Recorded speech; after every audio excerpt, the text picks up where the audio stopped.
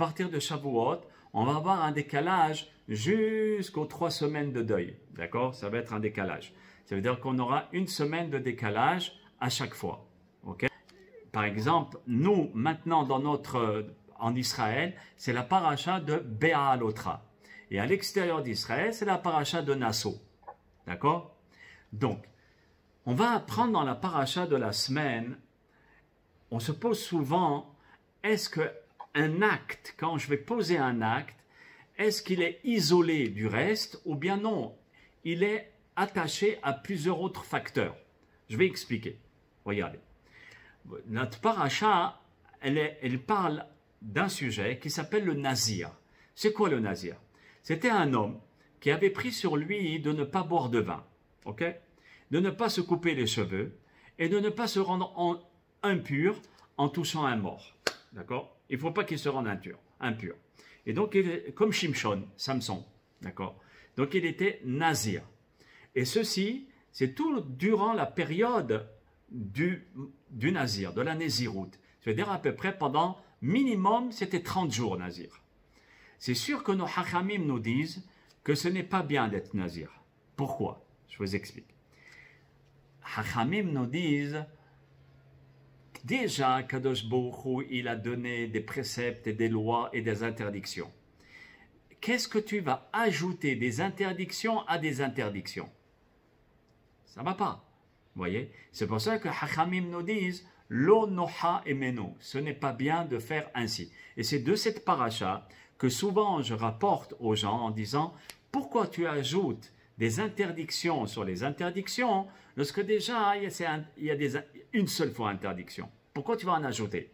D'accord? Et c'est très important dans cette paracha de voir qu'Akadosh Baruch Hu n'aime pas trop que lorsque la personne elle exagère dans l'interdiction. Ok? Ou dans la permission aussi, mais on est plus dans l'interdiction comme le nazir. Et souvent, les gens pensent qu'en interdisant tout, ils sont aimés de Dieu. Mais on le voit dans la paracha de la semaine, qu'ils ne sont pas si aimés de Dieu. La preuve, c'est que le nazir devait faire un sacrifice expiatoire, ça veut dire un sacrifice pour se faire pardonner de la faute qu'il avait faite. Quelle faute? Eh bien, de s'être interdit des choses permises. Parce que la Torah te permet de boire du vin. La Torah te permet de prendre des jus de raisin. Et toi, tu te l'interdis. Rien que par rapport à t'interdire une chose qui est permise, eh bien, tu dois te faire pardonner de cette faute. Vous voyez? Donc, c'est important de savoir que la personne, en interdisant, ok, il faut qu'elle soit pas un extrémiste dans l'interdiction. D'accord? Et la Torah nous enseigne, ok, pendant tout le processus de la Néziroute, il devait interdire tous les trucs de la Néziroute. Interdit de se rendre impur. C'était complexe. Même pour son père et sa mère, il n'avait pas le droit de se rendre impur. Si Hazve Shalom, il perdait son père et sa mère. Lo aleno. D'accord? Et même s'il n'avait pas fait attention de se rendre impur, eh ben, c'était considéré comme une interdiction. Il avait transgressé. Donc la Torah nous enseigne que si le nazir s'était rendu impur durant la période des 30 jours, par exemple, il va dire « je veux faire nazir pendant 30 jours ». Et ce truc de nazir, ce sujet de la naziroute, c'est aussi valable pour nous, ou dans notre vie parfois, on veut faire plus que d'habitude. Mais attention, ne va pas chercher des interdictions ou bien des choses plus que tu n'arriveras pas à respecter. D'accord? Alors, si par exemple, pourquoi? Parce que si le nazir avait malheureusement transgressé un des interdits, par exemple, il s'était rendu impur. D'accord? Alors, il devait se rendre pur pendant 7 jours. Et il devait apporter 2 sacrifices pour demander pardon à Akadosh Baruch Hu et recommencer à nouveau la série de 30 jours. Ça veut dire que même s'il n'avait pas fait exprès de se rendre impur, il recommence à 0. D'accord? Donc, même si c'est un cas de force majeure, eh ben, la Torah ne le prend pas en force majeure. On dit, tu t'es rendu impur, tu as voulu t'interdire des choses, eh ben, ça va être difficile pour toi. Maintenant, ça, c'est une situation. Le Even Ezra, c'est un grand hacham sfarad, d'accord, qui s'appelait Rabbi Abraham Eben Ezra. C'était un Rishon. Il vivait en 1092 à peu près, d'accord, 1090, 1100.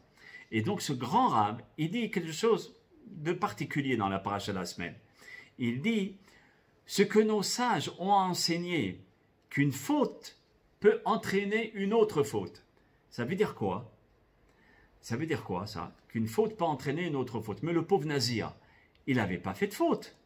Alors pourquoi tu dis qu'il a fait une faute et que donc c'est parce qu'il a fauté qu'il va refauter? Il a fait la Néziroute, le pauvre. Il veut faire le bien pour Dieu. Il veut plaire à Dieu. Pourquoi tu dis qu'il a fauté? C'est compréhensible la question? Ok. Donc, pour expliquer cela, d'accord, il y a un commentaire dans un livre qui s'appelle le Birkat Mordechai. Et il raconte que une petite anecdote, il y avait l'inauguration de la première yeshiva avec un internat. Parce qu'avant les yeshivot, les élèves, ils allaient étudier à la yeshiva, chez le rabbi, mais ils allaient se loger ou bien manger ailleurs. D'accord? C'était un vrai cassement de tête des pauvres.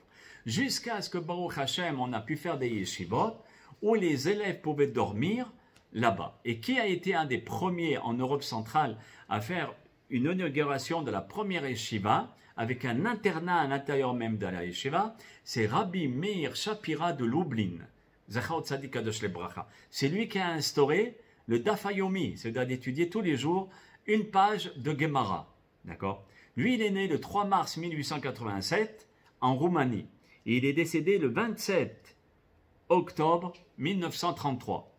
Donc ça ne fait pas tellement longtemps que les yeshivot de ce style commencent à exister. D'accord? Et au moment de l'inauguration, il y a un des raves qui a été honoré à faire un Dvar Torah. Donc il fait le Dvar Torah sur l'importance de l'étude, etc. Mais il dit quelque chose de très important. Il dit vraiment, on doit féliciter le Rabbi Meir Shapira pour sa magnifique initiative de créer une yeshiva avec une pnimia, c'est-à-dire un internat à l'intérieur, de façon à donner la chance aux élèves de venir étudier, manger, dormir sur place et pas perdre de temps à droite et à gauche. Mais c'est sans aucun doute, d'accord, une très grande sanctification du nom d'Akadosh Baruch Hu ce qui va faire Rabbi Meir Shapira, d'accord. Mais personnellement, ce que j'envie de ce Rav, c'est d'accomplir, écoutez bien ce que je veux vous dire, c'est d'accomplir la mitzvah qui lui a permis d'arriver à cette grande mitzvah de construire cette yeshiva. S'il a eu le mérite de construire une yeshiva comme ça, c'est qu'il a fait une mitzvah auparavant qui lui a ouvert cette porte-là.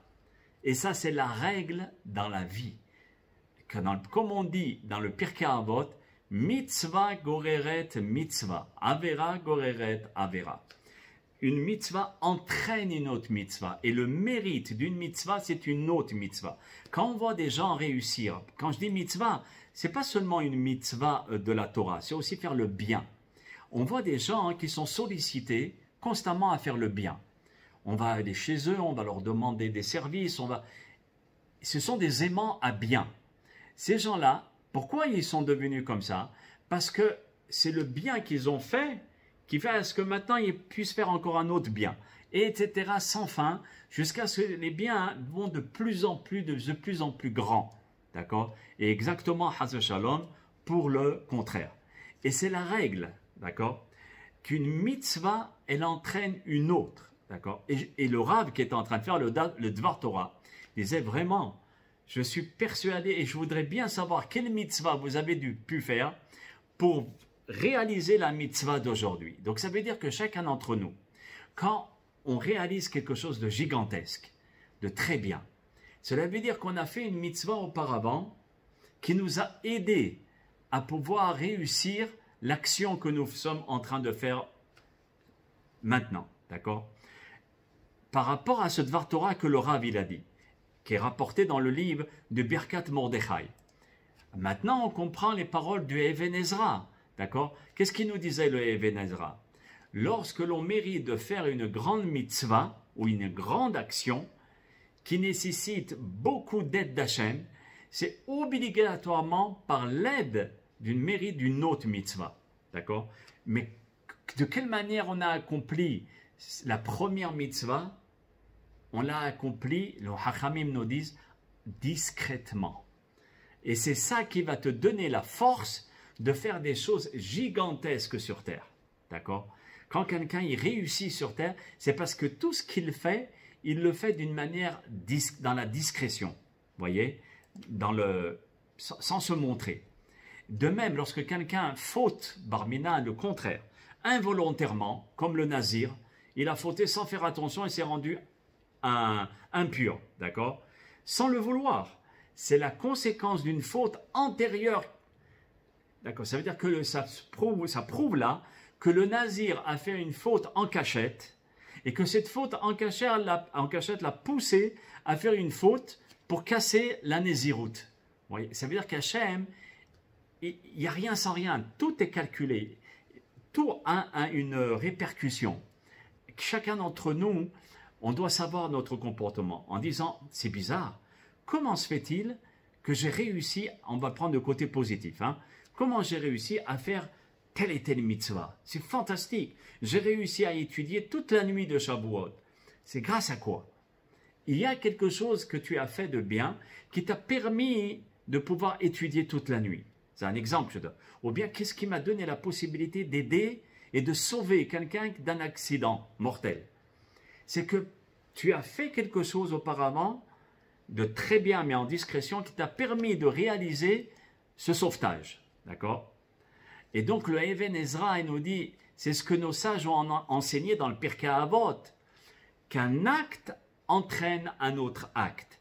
Et c'est une dynamique, je sais pas, une dynamo, une dynamique qui ne s'arrête pas. Ça veut dire constamment, ça va se répéter. C'est pour cela qu'il faut être vigilant à être toujours dans le bien pour essayer à ce qu'il y ait toujours du bien qui puisse s'engendrer. Parce que l'acte, il n'est jamais isolé, comme j'ai dit au début. Est-ce que l'acte, il est isolé ou pas? Non. Tu as fait du bien, tu feras du bien. Alors vous allez me dire, mais si quelqu'un il est dans le mal, alors comment il va faire? Alors il y a ce qu'on appelle la prière. Maintenant, il a conscientisé qu'il n'était pas dans le bon chemin. Ok? Et qu'il se dit, oh là là, qu'est-ce que je n'ai pas fait dans ma vie? Qu'est-ce que je ne fais pas? C'est pas possible, comment je vais m'arrêter? Alors là, il y a ce qu'on appelle l'arme de la prière. Et qui demande à Kadosh Baruch Hu, voilà, à partir d'aujourd'hui, Hachem, j'ai décidé et je voudrais faire le bien. Aide-moi et emmène-moi le bien. Et vous allez voir, ça ne va pas tarder. Il y a quelqu'un qui va frapper à la porte pour vous demander de la tzedaka, ou quelqu'un qui va vous téléphoner pour vous demander un service, et tout de suite, dès que vous avez commencé à faire ce service, vous avez mis le pied dans le système pour faire le bien. Alors automatiquement, il y aura mitzvah, goreret, mitzvah. D'accord? Et même plus encore, il arrive souvent que l'on veut arrêter une faute. D'accord? Et que l'on veut s'habituer à faire une mitzvah et quelque chose, d'accord, de bien. Alors on avait dit qu'il faut la prière, mais aussi la conscientisation que le mauvais penchant veut nous pousser à faire le mal, en disant non, je ne veux pas lui rendre service. Pourquoi veux-tu que je lui rende service? La dernière fois, il m'avait dit ça. Au moment où on conscientise, attention, tu es en train de rentrer dans le piège des Yetzer Hara.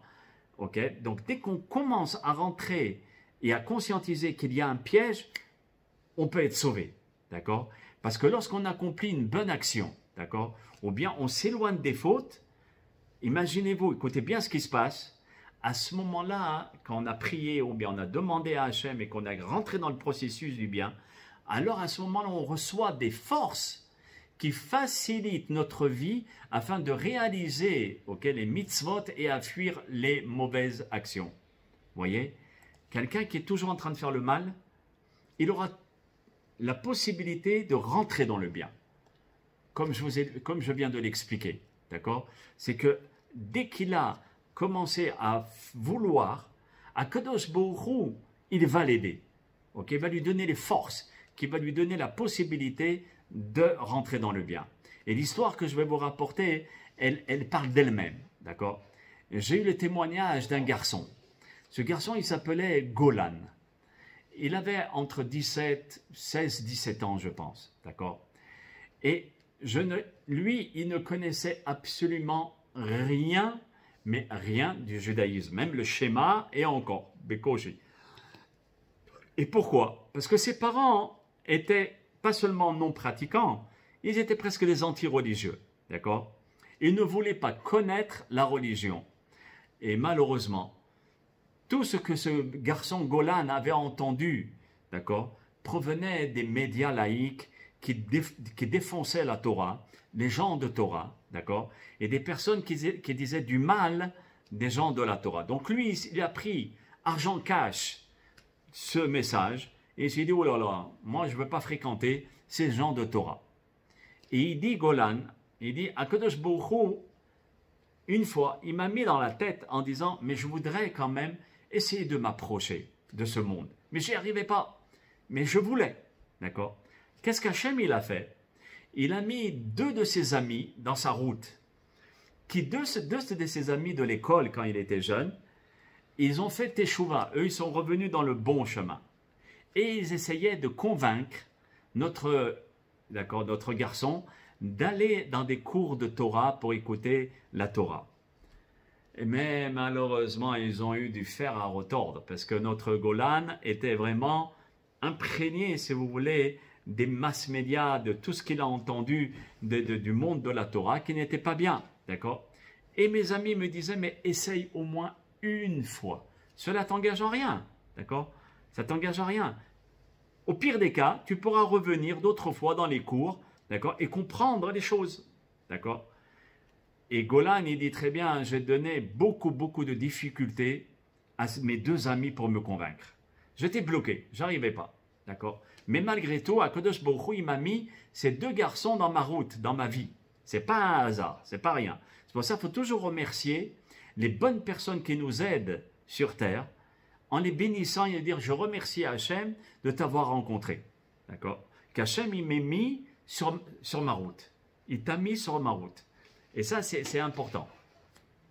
Donc, chaque fois que ces 2 amis y venaient, notre jeune Golan, il les repoussait par un prétexte. On dit, aujourd'hui, je suis fatigué. Ah non, non, je dois sortir, j'ai déjà un rendez-vous. Ah non, non, j'ai ma fiancée qui m'attend, bon, etc. À chaque fois, il avait un prétexte pour refuser l'invitation pour partir écouter un cours. Finalement, notre Golan, un jour, d'accord, il a eu le mérite, et lui-même il le dit, j'ai eu le mérite d'écouter mon premier cours de Torah dans ma vie. Jamais j'avais entendu un cours de Torah de ma vie. C'est incroyable, hein?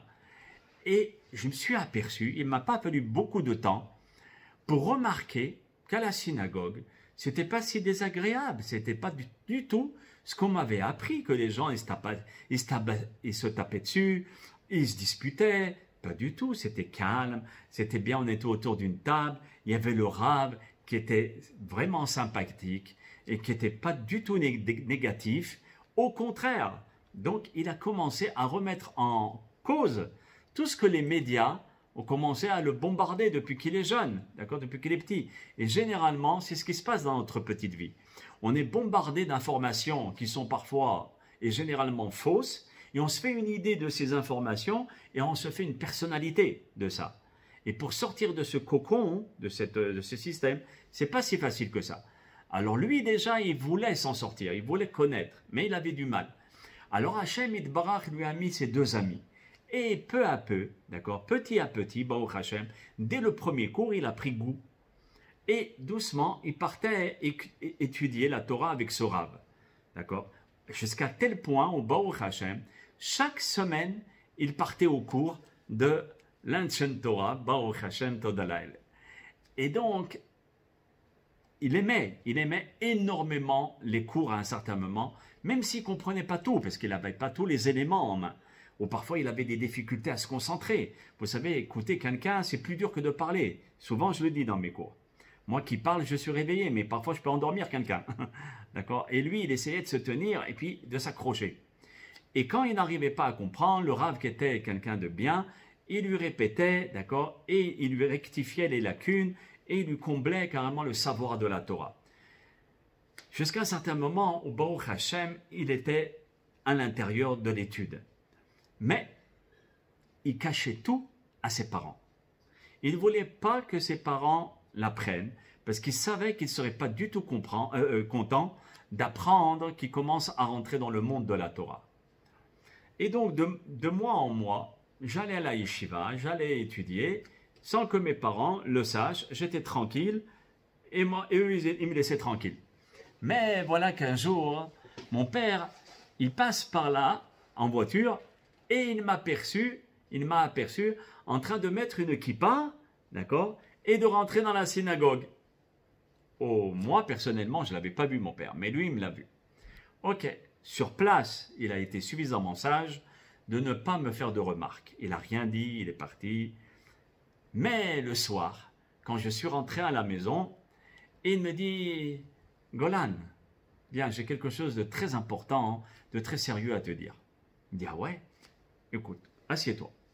Voilà, il y a ta maman et il y a moi. Ok? On voudrait te parler. » C'est sûr que Golan, à ce moment-là, il a senti tout de suite qu'il y avait quelque chose qui clochait. Il s'est dit, c'est pas normal qu'ils veulent me parler de cette manière. Et il m'a raconté, il m'a dit, voilà, je t'ai vu rentrer dans la synagogue et je t'ai vu mettre une kippa sur la tête.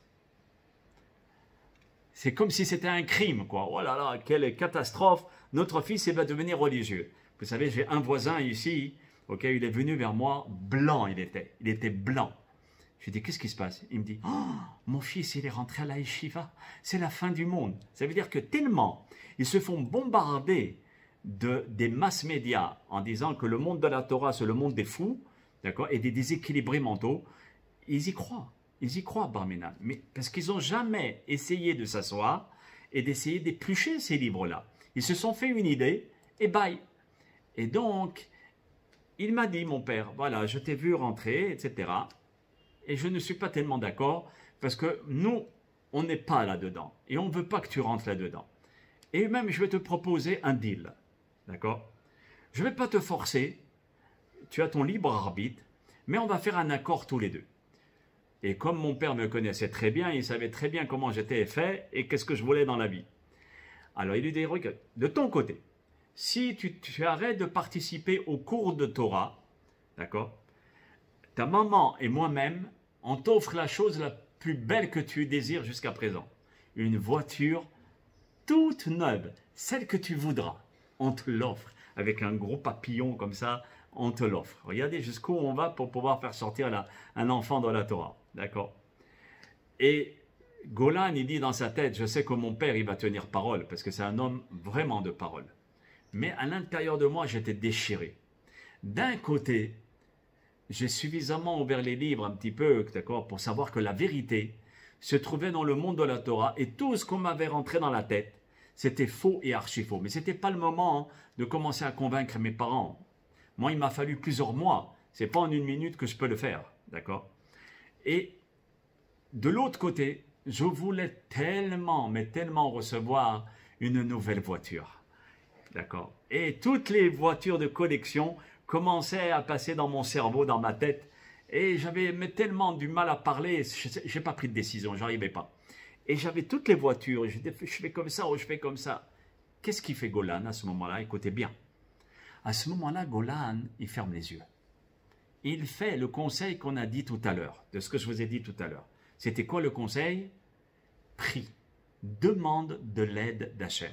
Tu es dans une situation où c'est difficile. Ok. Eh bien, prie. Demande de l'aide à Kadosh Baruch Hu.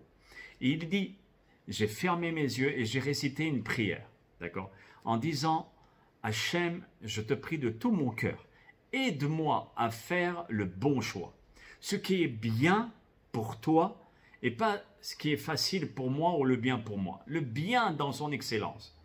Je t'en supplie, aide-moi. Et j'ai dit, tout de suite après cette prière, je regarde mon père et d'un coup j'ai comme la conviction que ce que je vais dire, c'est la vérité. Et je lui dis, écoute papa, je t'aime énormément, je t'aime beaucoup. Et je ne veux pas te faire de la peine, d'accord? J'ai également beaucoup envie d'une nouvelle voiture, tu le sais très bien, tu me connais, d'accord? Mais je ne peux pas sacrifier mon éternité et le fait que je sais que la Torah en elle-même, c'est ma raison d'être sur terre, d'accord?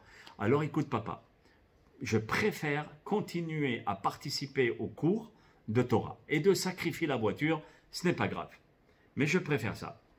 Mon père, à ce moment-là, il me dit, ok, c'est comme tu veux, Golan, d'accord? C'est tant pis pour toi. Mais si tu veux, Si tu regrettes ou bien tu changes d'avis, il n'y a pas de souci, je suis là, tu as la voiture qui t'attend. D'accord? Les clés sont dans ta main, tu as la meilleure voiture au monde. D'accord? Et à l'intérieur, j'étais quand même un petit peu secoué. D'accord? J'ai dit, pourvu que je fasse le bon choix. Il était jeune, 17 ans. Qu'est-ce que c'est 17 ans pour prendre une décision pareille? On est plus attiré par les nouvelles voitures et par les sorties, par le ho-ho de ce monde. D'accord? Le monde, il nous offre des choses et on plonge la tête en première. Donc, ce n'était pas simple. Mais il savait qu'il avait fait le bon choix.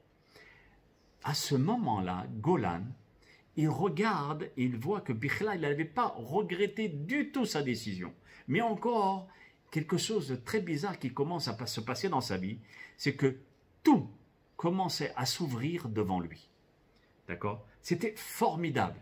Depuis qu'il avait résisté et surmonté cette épreuve, Baruch Hashem, les choses sont devenues d'une très très grande facilité. Pour faire quoi? Pour accomplir le bien et faire les mitzvot et se conduire d'une manière convenable sur terre. Tout était facile pour lui. Et il commençait à avoir moins de tendance de la belle, de folie, etc. Parce qu'il a, comme je vous ai dit, il a réussi ce test. D'accord? Et non seulement qu'il arrivait, mais il le faisait avec entrain et joie. D'accord? Et l'étude, quand il la faisait, Akadosh Baruch Hu, comme je vous ai dit tout au début du cours, Akadosh Baruch Hu te vient en aide. Il ne te lâche pas. Ne pense pas que ça va être constamment difficile, c'est pas vrai. Dès que tu as surmonté une épreuve, là, Akadosh Baruch Hu, il t'ouvre. C'est comme c'est marqué. Ouvrez-moi l'ouverture d'une épingle, Vani eftah lachem petach shel ulam, et je vous ouvrais des portes de ulam, de grandes portes, immenses, rien qu'une petite aiguille, d'accord, c'est le mahat. Pour dire que Hachem, dès qu'il nous voit bouger, il nous tend la main, d'accord, et il nous aide. Et à ce moment-là, notre Golan, Baruch Hashem, il a commencé à étudier. Il posait les très bonnes questions au Rav, à tel point que lui, Baruch Hashem, était dans le chemin de comprendre la Torah d'une manière magnifique, mais en plus, avec un comportement exemplaire. D'accord? Donc c'était à partir de quand? À partir du moment où il a su surmonter l'épreuve. Et il a abandonné cette voiture. Et grâce à Dieu, lui, maintenant, il roule sur les voies de la Torah avec zèle, Baruch Hashem, avec amour et avec cœur. Et il dit, d'accord, Baruch Hashem, que j'ai eu vraiment ce mérite. C'est un mérite que j'ai eu. Je suis passé par beaucoup de choses avant d'avoir ce mérite. Mais dès que j'ai eu l'épreuve difficile et que je l'ai surmontée, boum, j'ai ressenti quelque chose d'incroyable. Et ça, c'est pour tout le monde, chacun d'entre nous. Quelqu'un le plus grand, il veut obtenir des choses. Il a une épreuve à passer. Et dès que l'épreuve, il l'a réussi, pam, pareil pour le tout petit, pareil pour tout le monde. Et c'est ça, si vous voulez, la clé de la réussite. Qu'Hachem Yitbarach Be'ezrat Hashem nous aide à pouvoir faire mitzvah, goreret mitzvah.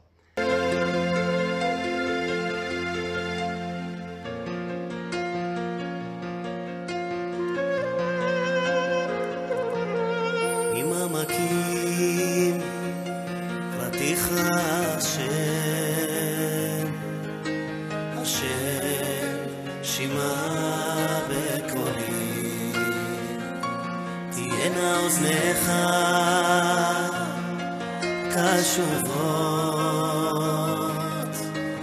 לכל תחנוני ממעמקים קראתיך השם, השם שמע